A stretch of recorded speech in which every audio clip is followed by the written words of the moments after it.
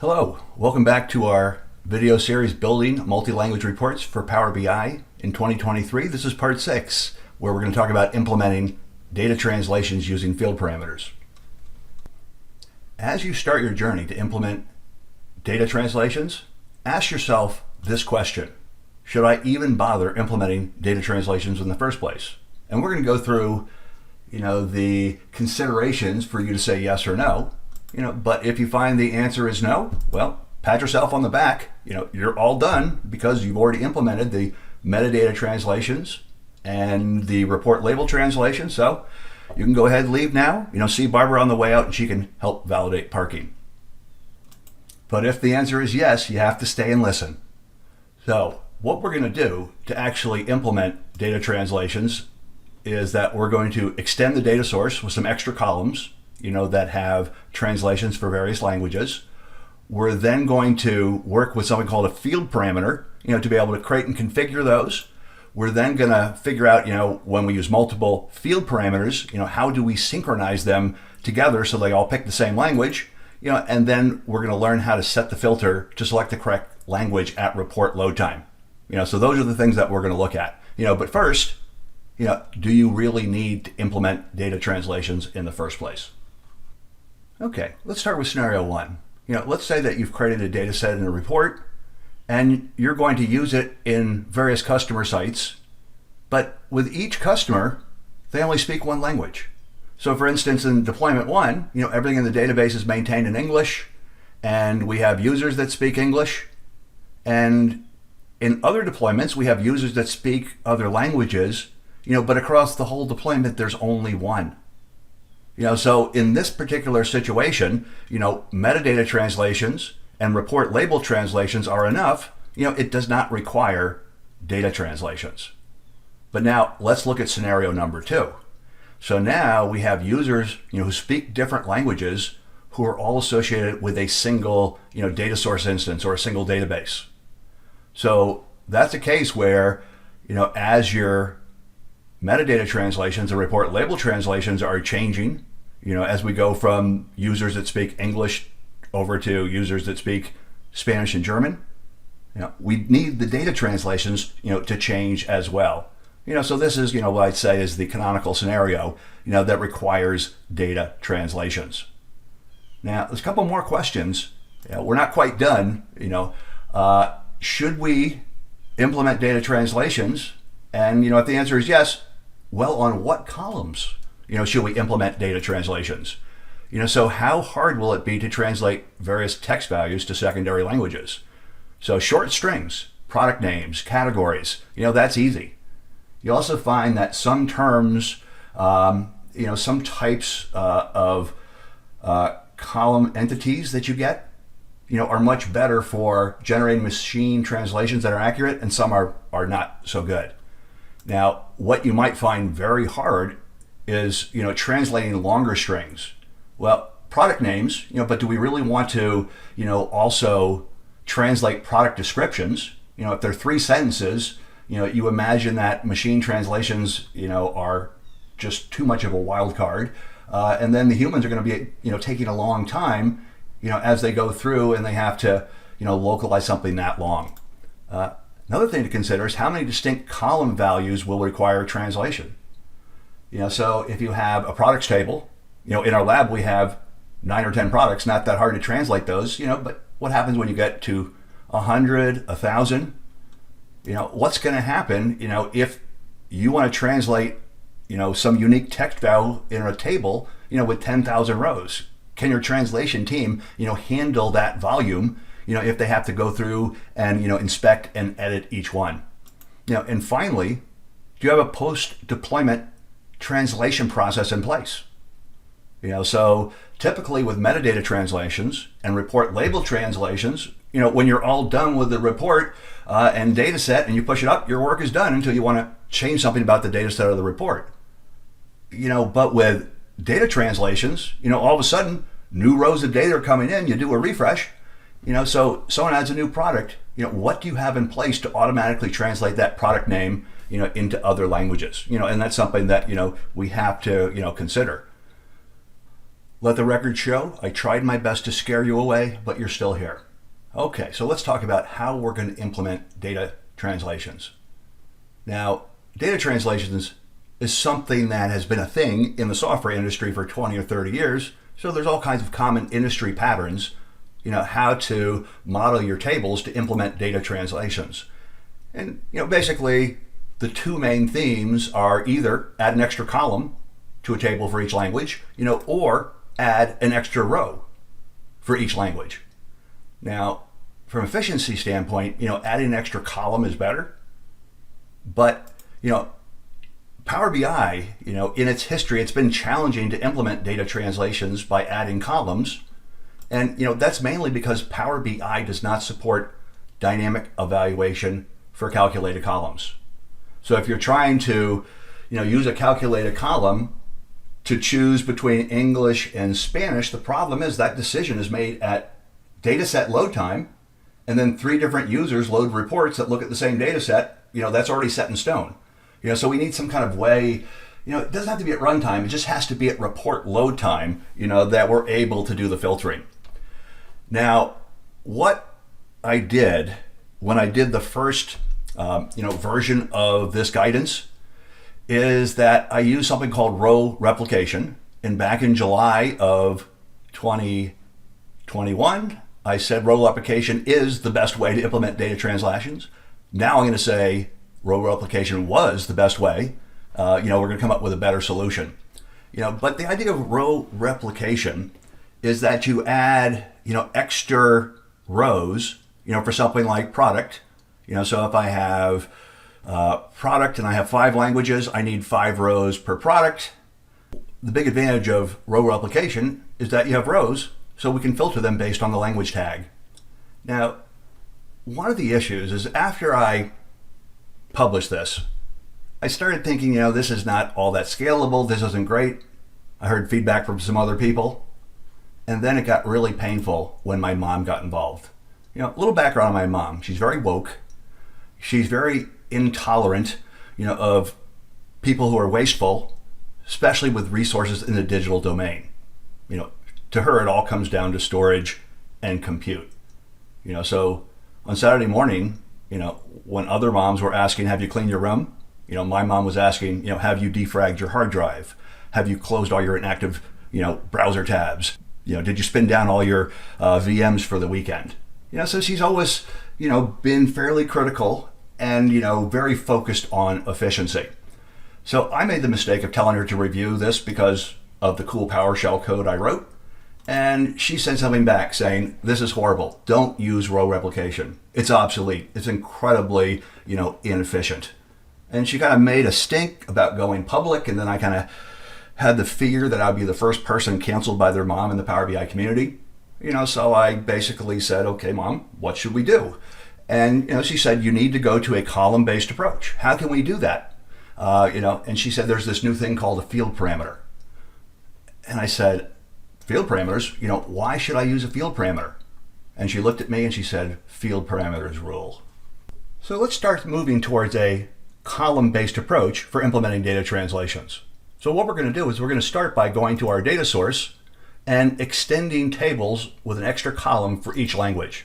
So for example, the products table, has these 4 columns with English, Spanish, French, and German. I'm using a naming convention here. The product comes first, and then its translation, and then the language name. Okay, and then also we have the categories table, that has 4 columns, once again, with the translations for English, Spanish, French, and German. Great. Okay, now let's talk about field parameters. Well, that begs the question, what exactly is a field parameter? So a field parameter is something that you create that becomes a table. And each row in this table, represents a field. Okay, sounds a little bit squishy so far, but you can think of a field parameter, first of all, as a collection of fields. Now, the rows of a field parameter can be filtered. So now it's a little bit more than a collection of fields. It's a filterable collection of fields. Now, as I started researching field parameters that just came out last year in 2022, And I saw a lot of cool blogs on the internet, and most of them covered using field parameters by adding measures as the fields, which are some really neat things that you're going to do. Here, when we add fields to the field parameter, they're going to be columns, and they're going to be source columns, one for each language. So the fact that it is a filterable collection of fields means that you can put your 4 columns, for the data translations, and then pick which one you want to use. So you can really kind of think of the field parameter, not in all cases, but for the role that we're going to use it in for data translations, is really going to act as a column selector. And so it provides this, this single field for the report author to add to a table visual, or to a bar chart. But yet behind the scenes, at report load time, we can basically, pick which underlying column we want to pull data from. So the field parameter is exactly, what we need to solve this problem of data translations in a way that my mom would approve of. Okay, enough of all this conceptual stuff. Where do I click in Power BI Desktop to get what I want? So to create a field parameter, we go to the Modeling tab, we pull down the New Parameter drop-down menu, pick Fields. When you do that, it's going to prompt you with a parameters dialog. Now you can put it in name. So the naming convention we're using is, if you have a product, we're going to name this field parameter translated product names. Now this is not going to show up on the report. The field inside of this is, so that's a naming convention that will work. Also note at the bottom, there's this add slicer to the page. So that's not something you're going to do on a regular basis, but when you're first working with slicers, and because I know you're doing the lab, you're going to go through it at that point where you're going to test it. So the idea here is that when you create a field parameter and you select that field parameter, it shows as a table over on the right in the fields pane, you're going to see that the field parameter always, has a DAX expression, which defines the fields inside of it. So if you look at DAX expression right there, notice that there's rows. The first row for English, product translation English, name of, and notice that that second parameter with the name of, it's kind of what's picking the particular field, for the fields collection. Now, what we're going to see here is that if you look at a field parameter, while you're in report view, you see one field, and that's the field you're going to use in reports. Now, what we have you do in the lab is you're working on this report, you're going to create a new page, and you're going to create this particular field parameter, and it's going to have the 4 different columns inside. And so what we're going to do is create a table visual and just add that field, the translated product names field inside there. And you'll see by default, all 4 columns are going to show. Now, what you're able to do is select one column at a time, in the slicer. And you see that, by adding the slicer, with a single field parameter, we can synchronize it. Now, once again, field parameters are for, many more use cases than data translations. And sometimes you want to create a field parameter that's got 6 measures, and then you'll give the user the chance to, out of these 6 columns, which ones do you want to show in the table, and the user can configure. That's kind of neat. When we use field parameters for, data translations, we always want to pick exactly one column, and in our case, we have 4 different, columns to choose from, or, but this is going to scale up. So if we have to go up to 10 columns or, 40 columns, this does scale very well, in that direction. Now, next thing you're going to see is that when you create a field parameter, each field gets a name that gets hard-coded, and they just take the value of the underlying name. But what you're going to see is that those names will show up as the heading. So In most cases, we use metadata to change the names, but with field parameters, what we're going to have to do is we're actually going to have to put localized versions, of the column name right into the DAX expression, like you see right here. Okay, now we're going to continue to, configure this field parameter for our needs. Now, the next thing that you're going to see is that if we take a field parameter and we stay in report view, you only see one field. But once you move to data view, you'll see two other fields that are there. And, one holds the, the thing that references the field. In our case, each of the four columns. And then there's one more sort column. Now, when you create a field parameter, it creates names, for these columns, based on the name you gave it, but you should change them. So for instance, the one we're going to put on report, which is, by default given the same name as the parent table translated product names, we're just going to change that to product. It's going to be much more obvious to report authors. And then in our case, and in the lab, we have you rename the two other fields. So every time, we create a field parameter, we're going to rename these columns inside. Now, the next thing that we're going to do is we need some way to be able to filter not just one field parameter, but multiple field parameters. So what we're going to do is we're going to use this technique where currently, if you look at that DAX expression, look at the first row. Product, name of, products, product translation English, 0. So there's three things.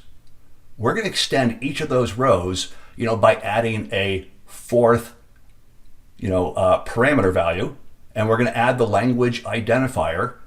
And so when you add, that fourth, parameter value into the row for each of those columns, what happens is it creates a new column for you, inside of the table for your field parameter. Now, by default, it gives it a name of value 4. We like the name language ID much better, so we'll go ahead and we'll rename that. Okay. Once we've renamed it to language ID, now my field parameter is almost set up. Let's go ahead, change two more things. Note that when you create a field parameter, it creates a sort order column and it automatically configures the two existing columns with a sort order.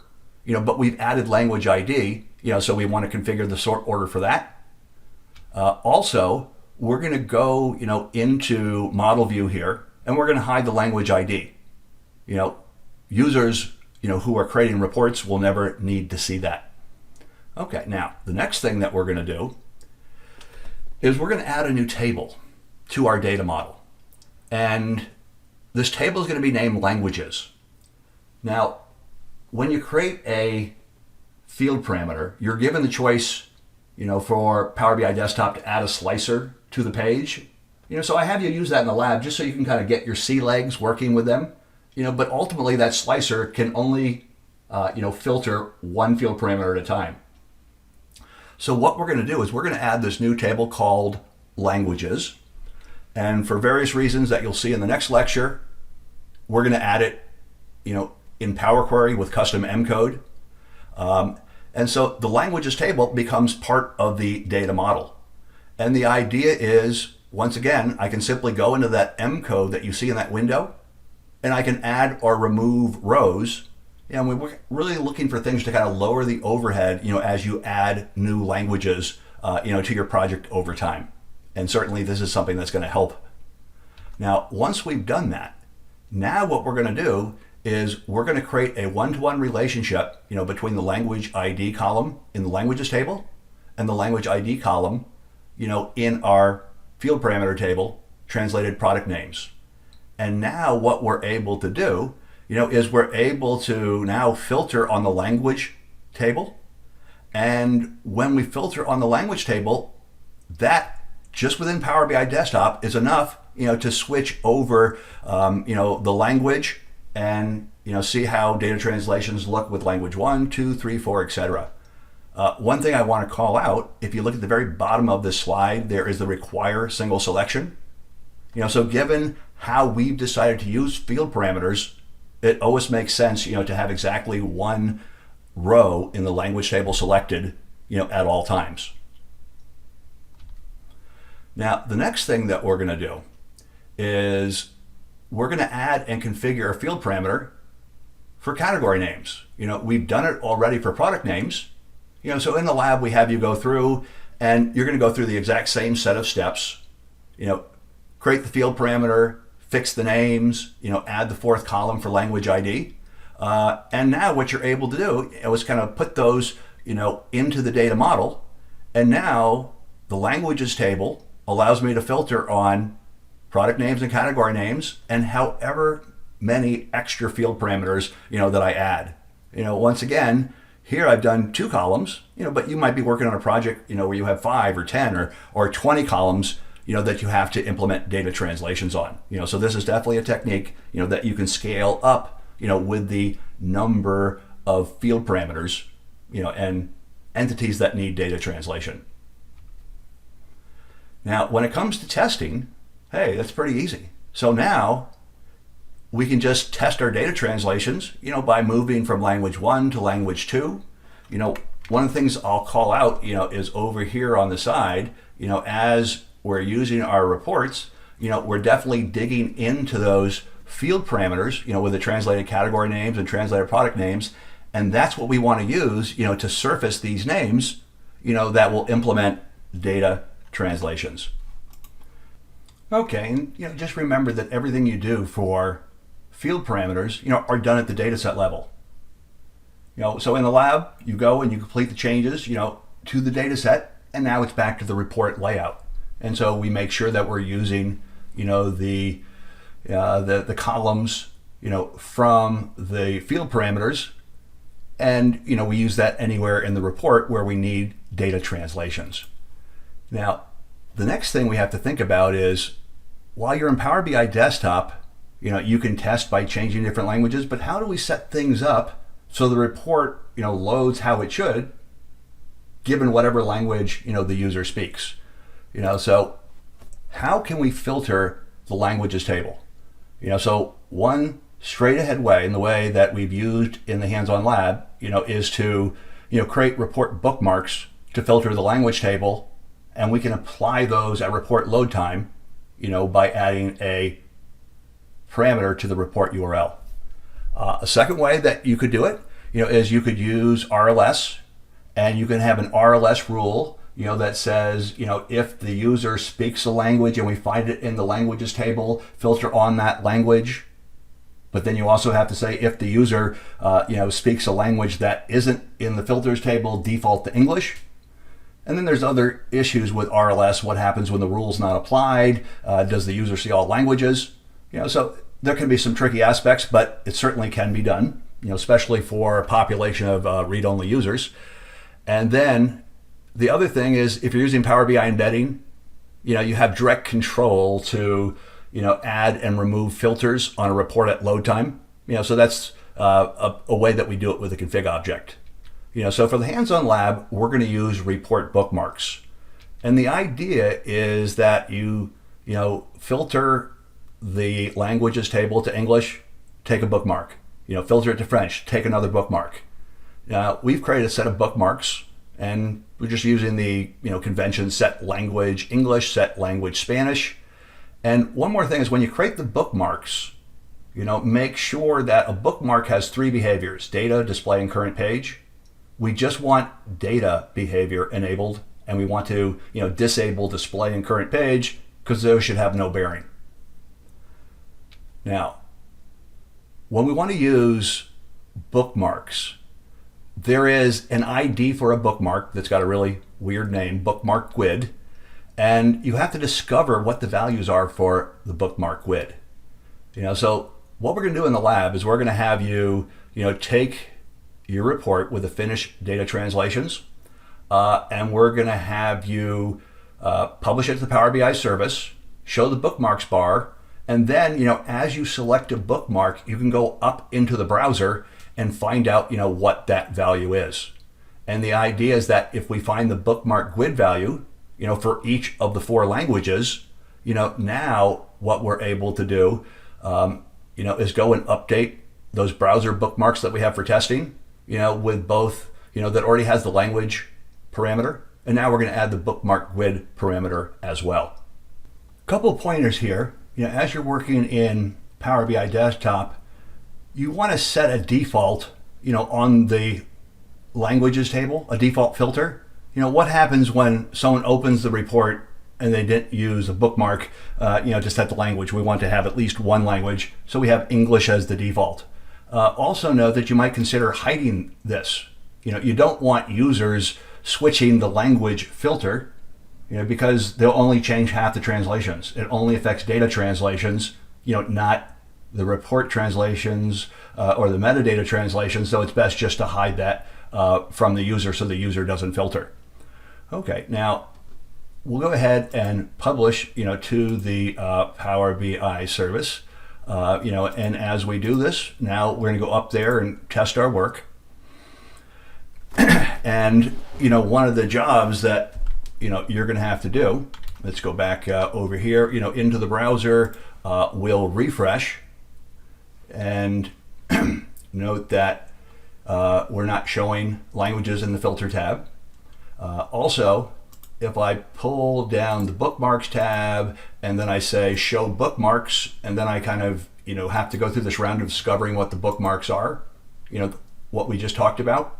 But once you've done that, the idea is that you should put together, this set of 2 parameters, for each language.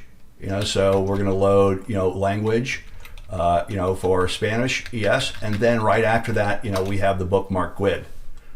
So what we've done is we've gone up here and we've kind of adjusted, all these to have the right bookmark. Now for our testing, let's go ahead and, look at Spanish. And I see now that there are, Spanish translations, in the y-axis.